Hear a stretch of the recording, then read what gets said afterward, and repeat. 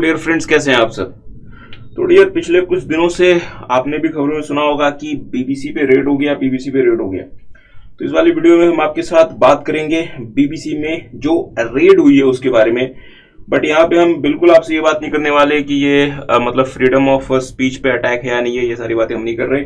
हम आपसे सिर्फ और सिर्फ बीबीसी के ऊपर जो भी रेड वगैरह हुई है वो इनकम टैक्स के पॉइंट ऑफ व्यू से हम बात करेंगे, from the point of view of income tax act 1961। सबसे पहले साहब एक बात मतलब क्लियर कर लें कि बीबीसी में जो हुआ है वो रेड नहीं था, दैट वाज बेसिकली सर्वे हुआ है साहब, रेड नहीं हुआ है। तो सर सर्वे और रेड में अंतर क्या होता है, ध्यान दीजिएगा। सर्वे और रेड में अंतर क्या होता है। इनकम टैक्स एक्ट में डियर दो चीजें होती हैं, एक होता है सर्वे, एक होता है रेड। तो अगर हम बात करें रेड की, तो रेड होती है under section 132 of the income tax act, और जो सर्वे होता है वो जो सर्वे होता है dear that is section 133A of the income tax act. ठीक बात है। मतलब सर्वे हमारे दो तरीके के हो सकते हैं इनकम टैक्स एक्ट में। एक होता है नॉर्मल सर्वे और दूसरा होता है साहब टीडीएस सर्वे। टीडीएस सर्वे, नॉर्मल सर्वे जो होता है वो होता है सेक्शन 133A का सबसेक्शन 1, और जो टीडीएस का सर्वे होता है that is under section 133A का 2A। तो जो टीडीएस का सर्वे होता है that is very means narrow in scope, इसका जो स्कोप होता है वो बहुत ज्यादा मतलब नैरो होता है, और जो मींस नॉर्मल जो होता है सर्वे, इसका जो स्कोप होता है ये कंपैरेटिवली ब्रॉड होता है कंपेयर टू द टीडीएस सर्वे। ठीक बात है। अच्छा, तो हुआ क्या एक्चुअली कि कल मतलब 17 तारीख को सीबीडीटी ने ना एक प्रेस रिलीज इशू की थी बीबीसी में जो मतलब सर्वे वगैरह हुआ था उसके बारे में। प्रेस रिलीज अगर आप देखेंगे तो साहब इसमें जो डेट दी गई है डेट है 17 फरवरी 2023। बट इस पूरे प्रेस मतलब रिलीज में कहीं भी बीबीसी का नाम नहीं लिखा हुआ। बट अगर आप इस प्रेस रिलीज को अगर आप अच्छे से मतलब पढ़ेंगे, सो इट इम्प्लाइज कि साहब ये ना बेसिकली बीबीसी के मतलब कॉन्टेक्स्ट में मतलब इशू हुआ है। अच्छा, तो ये प्रेस रिलीज मुझे आज मिली, तो मैंने देखा कि चलें इस प्रेस रिलीज के बारे में आपसे थोड़ी सी बात की जाए। तो जैसा कि हमने आपको बताया कि that was not raid, that was basically what, survey. तो सर ठीक है, सर्वे के बारे में आपने हमें मतलब सेक्शन तो बता दिया। सर्वे और रेड के बीच में अंतर क्या होता है, मतलब डिफरेंस क्या होता है। अच्छा, सबसे बड़ा अंतर जो होता है वो होता है साहब कि आप मतलब रेड में आप डियर डॉक्यूमेंट्स को, कैश को और अदर वैल्यूएबल आइटम्स को सीज कर सकते हैं, अपनी कस्टडी में ले सकते हैं। सर्वे में नॉर्मली ऐसा नहीं होता। सर्वे में जो बुक्स ऑफ अकाउंट्स वगैरह हैं उसको इनकम टैक्स अथॉरिटी जो है डियर वो रिटेन कर सकती है मैक्सिमम, या उसके कुछ मतलब कॉपीज वगैरह अपने साथ लेके जा सकती है। बट ये कैश वगैरह को काउंट तो हो सकता है, बट ये ऐसे फिजिकल कस्टडी में या सीज वगैरह नहीं कर सकती। दैट इज द बिगेस्ट हम कह सकते हैं कि ये मतलब सर्वे और रेड के बीच में मतलब वो होता है, मतलब अंतर होता है। अच्छा, तो इस वाले प्रेस रिलीज में कहीं भी ये नहीं लिखा हुआ कि ये जो मतलब सर्वे हुआ है ये सेक्शन 133A के सबसेक्शन 1 में हुआ है या फिर 2A में हुआ है। बट इस मतलब सर्वे में जो मतलब चीजें हुई हैं इससे हम ये अनुमान लगा सकते हैं कि ये जो मतलब सर्वे हुआ है that is under section 133A1, मतलब ब्रॉडर सर्वे हुआ है। क्योंकि सेक्शन 133A2A में जो मतलब सर्वे होता है that is just for the TDS purposes, और उसका स्कोप भी बहुत ज्यादा बड़ा नहीं होता। तो चलिए पहली बात तो ये हमारी मतलब क्लियर हो गई।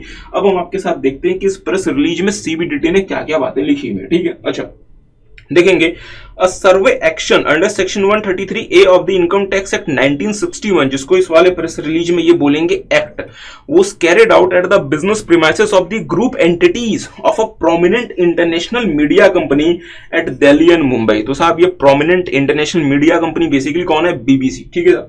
The group is engaged in the business of development of content in English, Hindi and various other Indian languages, advertisement, sales and market support services etc। कि ये ग्रुप की क्या क्या एक्टिविटीज हैं, means functions of the groups.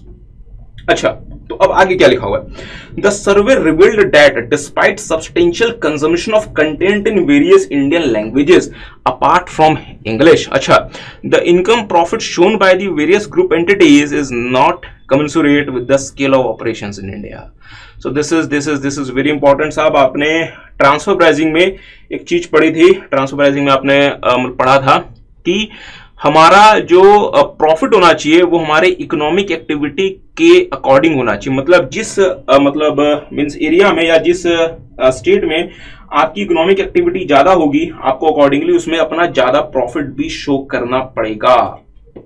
यहां पे CBDT क्या कह रहा है कि साहब मतलब सर्वे में हमें ये बात मतलब पता चली कि बीबीसी जो है वो इंडिया में अपने प्रॉफिट्स को बहुत ज्यादा या उस स्केल पे शो नहीं कर रहा जिस स्केल में इंडिया में बीबीसी के प्रोग्राम्स को मतलब दिखा जाता है या बीबीसी की सर्विसेज को यूज किया जाता है। तो इसका मतलब क्या हुआ कि बीबीसी बेसिकली क्या कर रहा है, बीबीसी प्रॉफिट्स की इंडिया से मतलब शिफ्टिंग कर रहा है, means profit shifting from India, that is basically what, base erosion and profit shifting, BEPS. ठीक है, किसी को अगर याद आता हो तो डियर फ्रेंड्स आपने एक एक्शन प्लान पढ़ा हुआ है, action plan 8 to 10 OECD base erosion profit shifting action plan 8 to 10, जिसका नाम था aligning transfer pricing provisions outcome with value creation, कि जिस भी एरिया में आपने ज्यादा वैल्यू मतलब क्रिएट की है उसमें आपको ज्यादा प्रॉफिट शो करना पड़ेगा। ठीक बात है। So that was basically what,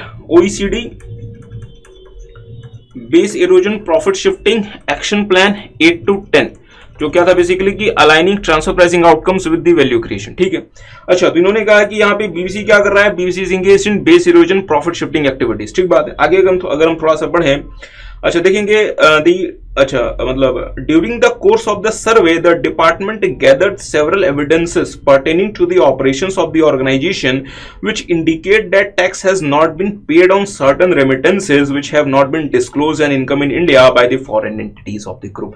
तो इसका मतलब ये हुआ कि यहाँ पे इन्होंने सेक्शन 195 में टीडीएस काट के सरकार को जमा नहीं किया। तो अगर किसी को याद आ रहा हो डियर, हमारे इनकम टैक्स एक्ट में सेक्शन है 195, जो सेक्शन क्या कहता है कि अगर आप किसी भी नॉन रेजिडेंट को कुछ भी अमाउंट पे करते हैं which is chargeable to tax in India, उसमें आपको इनकम टैक्स प्रोविजंस के अकॉर्डिंग टैक्स काट के सरकार को जमा करना पड़ेगा उस पेमेंट को करने से पहले, that is section 195 of the income tax. ठीक बात है।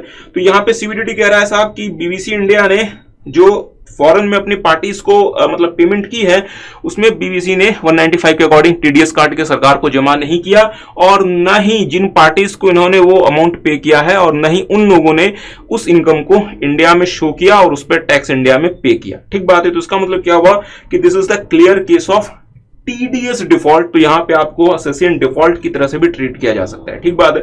मींस आप सेक्शन 195 का अपने टीडीएस काट के सरकार को जमा किया। अच्छा आगे है, the survey operations also revealed that services of the seconded employees have been utilised for which reimbursement has been made by the Indian entity to the foreign entity concern. This is again very interesting. देखेंगे साहब यहाँ पे इन्होंने क्या कहा हुआ है, जैसे कि आपको पता है BBC India is basically what, BBC India is a part of BBC UK group. अच्छा तो हुआ क्या, बीबीसी यूके है ये और this is BBC India, this is BBC India. तो हुआ क्या साहब कि बीबीसी इंडिया को भी वर्कफोर्स चाहिए, एग्री करते हैं। तो बीबीसी इंडिया का जो वर्कफोर्स है इसमें ना दो लोग हैं, एक तो बीबीसी इंडिया के खुद के एम्प्लॉयज हैं और दूसरे बीबीसी इंडिया को बीबीसी यूके ने कुछ अपने एम्प्लॉयज दिए हुए हैं।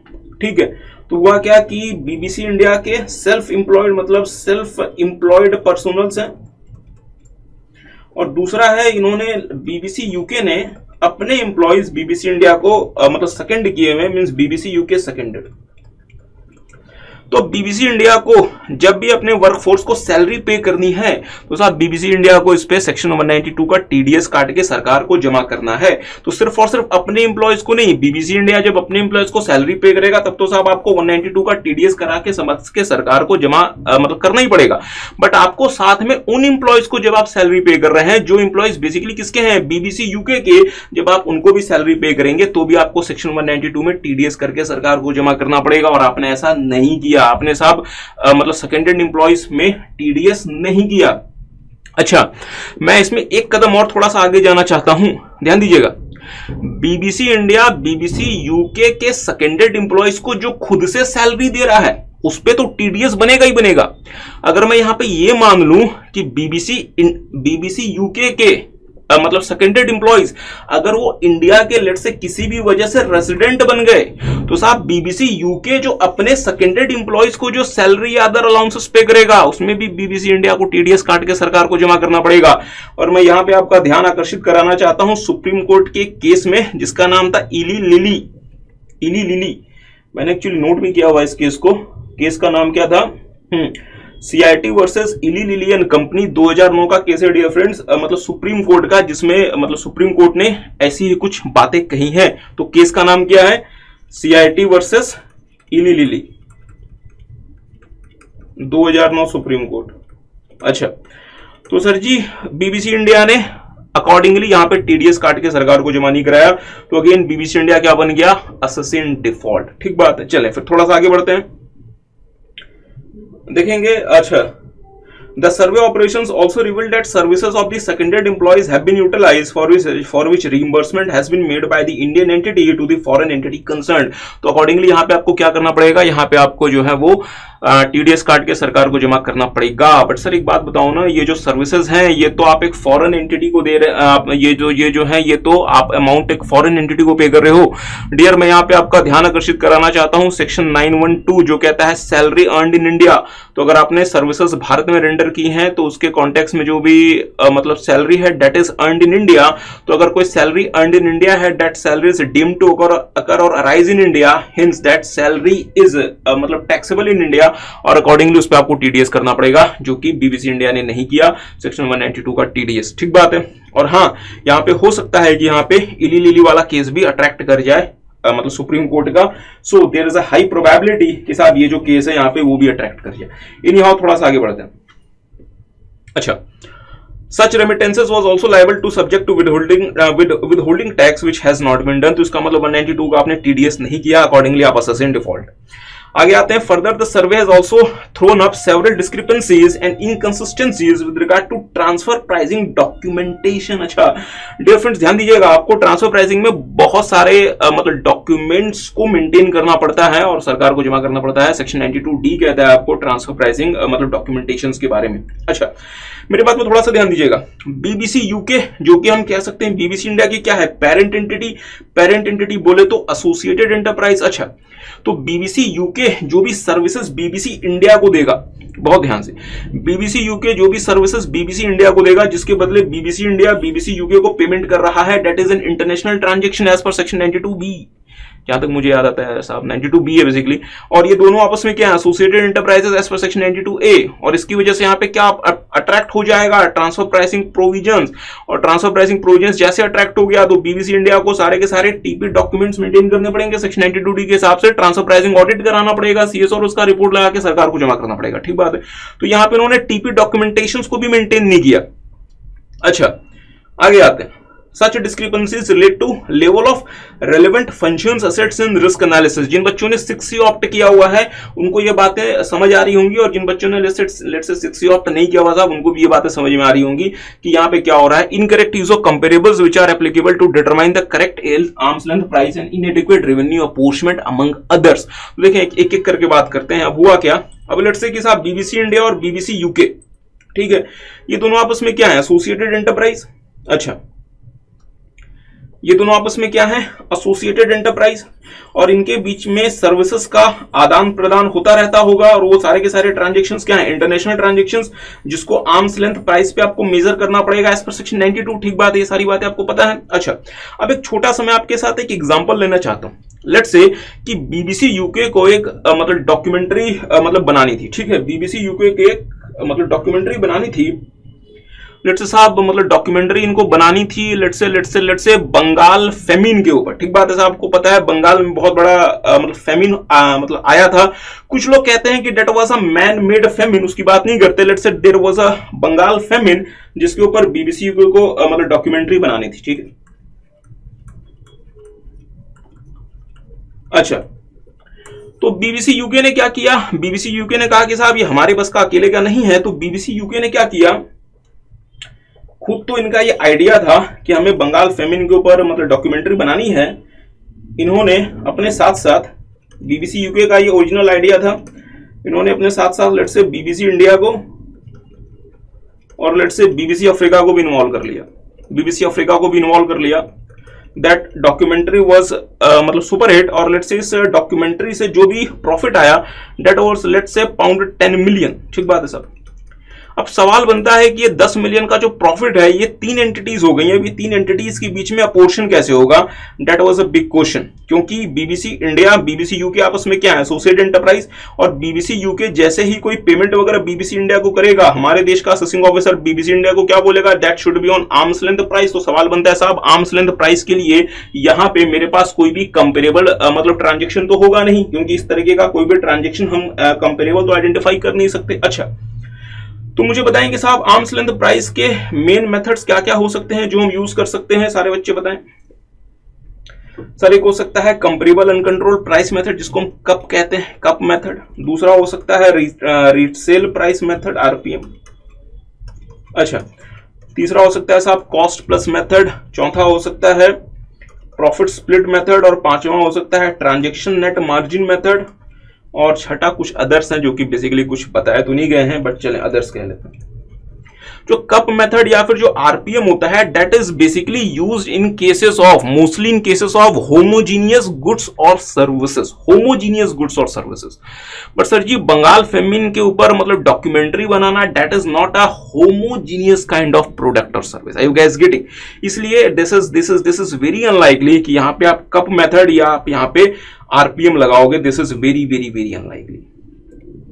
देखेंगे साहब अब यहां पे कौन सा transfer pricing method BBC India ने यूज किया, इसके बारे में ये प्रेस रिलीज नहीं बता रही। मैं अपनी तरफ से ये अजम्पशन लेके चल रहा हूं कि यहां पे आप कप मेथड और आरपीएम नहीं लगा सकते, क्योंकि सीबीडीटी का जो प्रेस रिलीज है इसमें ये कहीं भी नहीं कहा गया कि ट्रांसफर प्राइसिंग का कौन सा इन्होंने मेथड यूज किया था for the computation of arms length price, ये इन्होंने नहीं कहा हुआ। हम अपनी तरफ से ये आइडेंटिफाई करने का प्रयास कर रहे हैं कि कौन सा एलपी का मेथड यहां पे लगाया जा सकता है, क्योंकि यहां पे इन्होंने एक शब्द इस्तेमाल किया, इवन एक नहीं 3 शब्द इस्तेमाल किए हैं, 3 मैजिकल वर्ड्स। कौन से sir? Functions, assets and risk, जिसको हम फार एनालिसिस कहते हैं। ठीक है साहब, तो अगर मैं थोड़ा सा इसको कंसिडर करने का प्रयास करूं तो साहब बीबीसी इंडिया या बीबीसी यूके जिस तरीके के काम करती हैं वो होमोजीनियस नेचर के नहीं होते, तो मैं यहाँ पे कप मेथड या आरपीएम तो नहीं लगा सकता। इसी तरीके से मैं यहाँ पे कॉस्ट प्राइस मेथड भी नहीं लगा सकता, दैट इज वेरी अनलाइकली। अगर मैं कॉस्ट प्राइसेस को हटा रहा हूं तो मैं ट्रांजैक्शन नेट मार्जिन भी नहीं लगा सकता। मेरे लिए मुझे जो फिलहाल लगता है कि मोस्ट सुटेबल मेथड होगा that is the profit split method, कि साहब आप लोग ना आपस में प्रॉफिट को स्प्लिट कर लें। मतलब ये जो $10 मिलियन का जो प्रॉफिट है या मतलब 10 मिलियन पाउंड का जो मतलब प्रॉफिट है, इसको बीबीसी यूके, बीबीसी इंडिया और बीबीसी अफ्रीका आपस में स्प्लिट कर लें। ठीक बात है, क्योंकि ये 3 ही एंटिटीज हैं जिन्होंने मिलकर ये 10 मिलियन पाउंड का प्रॉफिट मतलब जनरेट किया है। तो सवाल बनता है कि साहब ये 10 मिलियन पाउंड का प्रॉफिट आप कैसे स्प्लिट कर लें? क्या 33% तीनों को दे दें? नहीं, इसके लिए हम क्या करेंगे, इसके लिए हम फार एनालिसिस करेंगे। फार एनालिसिस बोले तो कि हम देखेंगे कि इस मतलब डॉक्यूमेंट्री को जो कि बंगाल फेमिन के ऊपर बनाई गई है, इस मतलब डॉक्यूमेंट्री के लिए इन तीनों एंटिटीज में से किन किन एंटिटीज ने क्या क्या फंक्शंस परफॉर्म किए, अच्छा क्या क्या एसेट्स इंप्लॉय किए और क्या क्या रिस्क अज्यूम किए, और इनके बेसिस पे हम ये $10 मिलियन पाउंड का जो मतलब प्रॉफिट है हम इन तीनों एंटिटीज को स्प्लिट कर देंगे। Are you guys getting? और ये स्प्लिट करने के हमारे पास 2 तरीके होते हैं, दो हमारे पास तरीके होते हैं। कौन कौन से? एक होता है साहब कंपेरेबल प्रॉफिट स्प्लिट और दूसरा होता है हमारे पास मतलब रेसिडुअल प्रॉफिट स्प्लिट। ठीक बात है। अच्छा, तो जो हमारा प्रॉफिट स्प्लिट मेथड होता है दैट इज मेनली यूज्ड, जो हम कह सकते हैं कि 2 हमारे मेन एस्पेक्ट्स होते हैं। पहला होता है कि साहब वो मतलब ट्रांजैक्शंस जहां पे यूनिक इंटेंजिबल्स यूज हुए हों, और वो ट्रांजैक्शंस जहां पे बहुत सारी इंटर रिलेटेड सर्विसेज यूज हुई हो, वहां पे हम profit split method generally follow करते हैं, प्रेफर करते हैं। ठीक है, और प्रॉफिट स्प्लिट मेथड के लिए हमने फार एनालिसिस किया होगा, और उस फार एनालिसिस के बेसिस पे हम इस बात का आइडेंटिफिकेशन करेंगे कि इस पूरे के पूरे मतलब ट्रांजैक्शन में बीबीसी यूके, बीबीसी इंडिया और बीबीसी अफ्रीका ने क्या क्या फंक्शंस परफॉर्म किए, एसेट्स एम्प्लॉय किए और रिस्क अज्यूम किए, और उसके बेसिस पे हम ये $10 मिलियन पाउंड का जो मतलब प्रॉफिट है हम इन तीनों एंटिटीज को स्प्लिट कर देंगे। Are you guys getting? अच्छा, तो यहां पे सीबीडीटी ने यही कहा हुआ है साहब कि such discrepancies related to the level of relevant function, asset and risk analysis, incorrect use of comparables which are applicable to determine the correct arms length price and inadequate revenue apportionment among others. इसका मतलब ये हुआ, इससे मैं जो मैं इससे identification लगा सक पाया सीबीडीटी ने यह कहा कि हमारे हिसाब से जो फार एनालिसिस के बेसिस पे रेवेन्यू का पोर्शन कुछ और होना चाहिए था, बट यहाँ पे बीबीसी इंडिया ने जो है वो रेवेन्यू का अपोर्शमेंट किसी और तरीके से किया, हमारे हिसाब से किसी और तरीके से होना चाहिए था। अच्छा, तो सीबीडीटी ने जो कहा कि हमारे हिसाब से जो ये होना चाहिए था बिल्कुल वैसा ही होगा, इस बात का कोई हम कह सकते हैं कि साहब मतलब गारंटी मतलब नहीं है। ये मतलब मामला जो है डियर ये अपलेट अथॉरिटीज के पास जाएगा, फिर वो देखेंगे कि यहाँ पे आर्म्स लेंथ प्राइस का मेथड क्या होना चाहिए था और बीबीसी इंडिया ने कौन सा मेथड लगाया। ठीक बात। अच्छा, तो हमने देखा कि साहब यहाँ पे ना सीबीडीटी ने 4 मेन बातें कही। सबसे पहले इन्होंने कहा है कि बीबीसी इंडिया जो है वो बेस इरोजन ऑन प्रॉफिट मतलब शिफ्टिंग कर रहा है। दूसरा, बीबीसी इंडिया सेक्शन 195 का टीडीएस नहीं कर रहा, बीबीसी इंडिया सेक्शन 192 का टीडीएस नहीं कर रहा, और बीबीसी इंडिया जो है वो गलत एएलपी मेथड लगा रहा है, और बीबीसी इंडिया जो है वो फार एनालिसिस को सही तरीके से परफॉर्म नहीं कर रहा और रेवेन्यू का अपोर्शमेंट सही तरीके से नहीं कर रहा। तो ये हमें सीबीडीटी के सर्वे से बातें समझ में आई। अच्छा, the survey operations has resulted in unearthing of crucial evidences by way of statement of employees। Dear section 133A के मतलब सर्वे में आप एम्प्लॉइज का स्टेटमेंट रिकॉर्ड मतलब कर सकते हैं, तो यहाँ पे इन्होंने एम्प्लॉइज का स्टेटमेंट भी रिकॉर्ड कर लिया। Digital evidences and documents which will further be examined in due course. ठीक बात है।